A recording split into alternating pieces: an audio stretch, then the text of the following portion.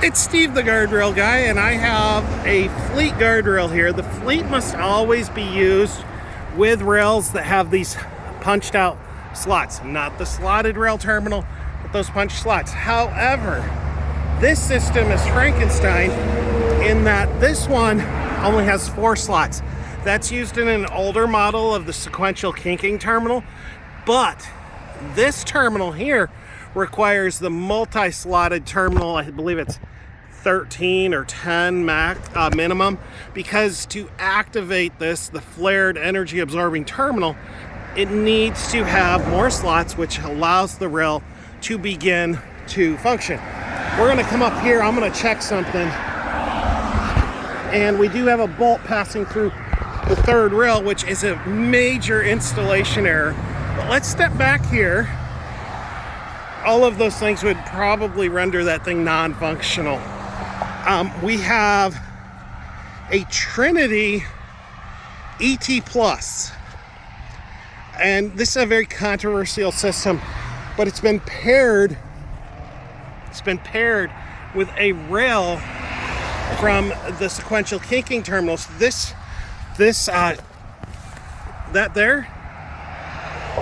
That will not, that's a square peg in a round hole kind of situation.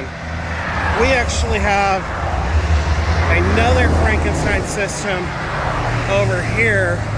That's an SKT 350, but the cable anchor bracket is from a melt. Those bolts should be facing outward if they were with the SKT. And actually, I think this could be a melt cable anchor bracket. So we're at multiple issues. And then oh gosh, this is a major screw up here. It's locked in place. It's hit through a post there like that. I mean, this is unreal. This thing is Frankenstein every which way to Sunday. Wow. And then we'll go down here, and we're gonna have another fleet that's Frankenstein just like this one. But anyways, I'm gonna pause for just a second.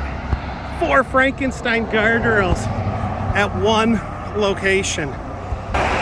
So just interesting, this is a React terminal, I believe. Very old, fortunately not likely to be hit. But just a bit of trivia there. Let's come up here to our 4th Frankenstein system, and I think we actually may have a 5th one across the way. Again, the wrong rail, the wrong cable bracket. We might as well look at the bearing plate. Probably, hey, it's right, mostly. Should be a little more level. Let's come up here to the 3rd post. Never want to bolt this through the rail. And they have it bolted. 4 Frankenstein systems. And we have a cable anchor bracket that belongs on a melt with the SKT 350. So 5 Frankenstein systems. And this is the Officer Timber King Bridge on US 74 in Shelby, North Carolina.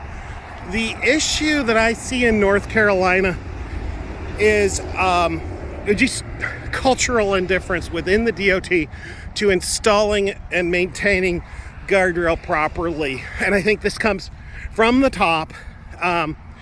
There's 2 laws that really, sovereign immunity, which basically means you cannot sue the king. We had a Revolutionary War over this, but we kept this archaic concept because our government screws up a lot and doesn't like to take responsibility for it.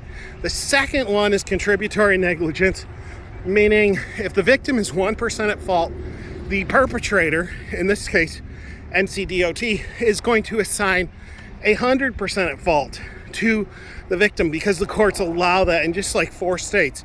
It's a really old, it's a terrible law, cruel and unjust. The other issue is, like I said, a cultural indifference to the safety of guardrail. There seems to be a presuppositional bias that guardrail it's inherently dangerous. And so the presuppositional bias, it seems, in North Carolina is that, yes, it's dangerous and there's nothing we can do about it, so we don't care. Anyways, I'm gonna continue on my way. That's 5 Frankenstein guardrails plus 8 others that I saw. That's 13. And I just have barely been going this morning.